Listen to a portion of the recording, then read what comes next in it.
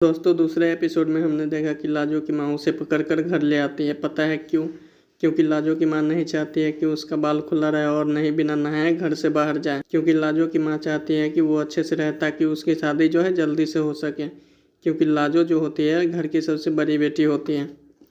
अब लाजो कहती है, अरे माँ हमारा हाथ छोड़ो ना, हमको दर्द हो रहा है। तो लाजो की माँ कहती है, मुँह बंद करके चुपचाप बैठो, यहाँ पर दर्द हो रहा है। कोई कहेगा कि 4 दिन बाद ब्याह होने वाला है तुम्हारा? तनको शर्म लिहाज और दुनियादारी नहीं है। क्या ज़रूरत है जाके पतंग उड़ाने की? ये सब बोलती हुई लाजो की माँ बाल बांधने की कोशिश करती है, लेकिन लाजो नहीं बनवाते वहाँ से भाग जाती है। फिर उसकी माँ गुस्से में उसे बोलती है, घर का एक भी काम करती हो तुम? सारा दिन घूमती रहती हो। 4 दिन बाद जब ब्याह होगा तो क्या कहेंगे लोग? इसके माँ बाप ने इसे कुछ नहीं सिखाया। फिर बोलती है, सीखो अपनी छोटी बहन से, घर का सारा काम कर लेती है और तुम क्या करती हो? कुछ नहीं करती हो। तभी लाजो अपनी छोटी बहन की तरफ मुंह करके बोलती है, पार्वती को पानी कौन पिलाता है? पार्वती को नहाता कौन है? डॉक्टर साहब के काम कौन करती है? इस पर लाजो की दोनों बहन हाँ में हाँ भरती हुई बोलती है, आप। इतना सुनकर लाजो की माँ चिढ़ जाती है और दोनों बहन को वहाँ से जाने को कह देती हैं। अब दूसरी तरफ आयशा के पिताजी आ जाते हैं, लेकिन आयशा वहाँ नहीं होती है। उसकी बहन यानी कि गुंजन होती है, जो कि किताब पढ़ रही होती है कि तभी उसका ध्यान उसके पापा पर पड़ता है। वह बहुत खुशी से उठकर खड़े हो जाती है और फिर अपने पापा से बैठने को कहती है। तो इतने बोरिंग तरीके से टाइम पास किया जा रहा है, हाँ? फिर गुंजन अपने पापा से कहती है, अच्छा मुझे ये बताइए कि पब्लिशर के साथ सच में इतनी लंबी मीटिंग चली या नानी से मिलने से कतरा रहे थे आप? फिर वो मुस्कुराने लगते हैं और बोले, फिर गुंजन आयशा दी की ड्रेस कार्ड पापा को देती है और बताती है कि आयशा दी अपनी शादी का ड्रेस सेलेक्ट कर रही है और वो ना सबसे अपना ओपिनियन ले रही है। तभी आयशा आती है और बोलती है, गाइज अब ब्लैक और ब्राउन। गुंजन कहते हैं, व्हाट?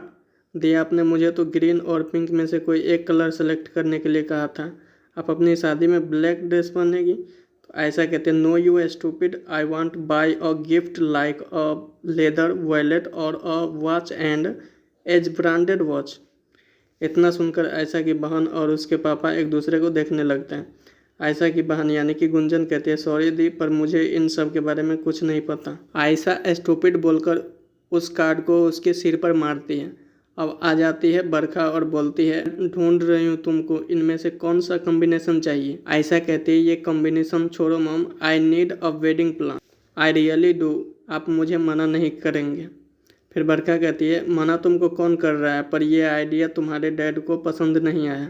फिर बरखा अपने पति से कहती है, so what can't you help us? अरे आप अपने भाई को समझा नहीं सकते हैं? शादी का घर है, 100 काम होते हैं, तरह तरह की प्लानिंग करनी होती है।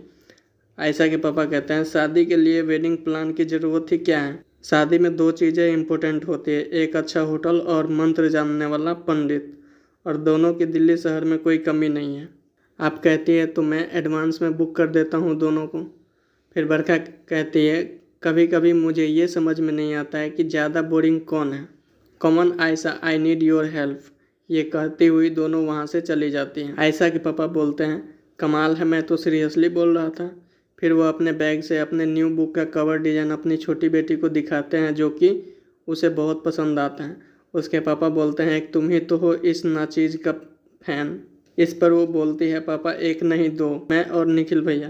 फिर बोलती है, पापा मुझे समझ में नहीं आ रहा है, भैया सोनवर्षा में क्या कर रहे हैं? दूसरी तरफ निखिल और दादाजी चेस खेल रहे हैं।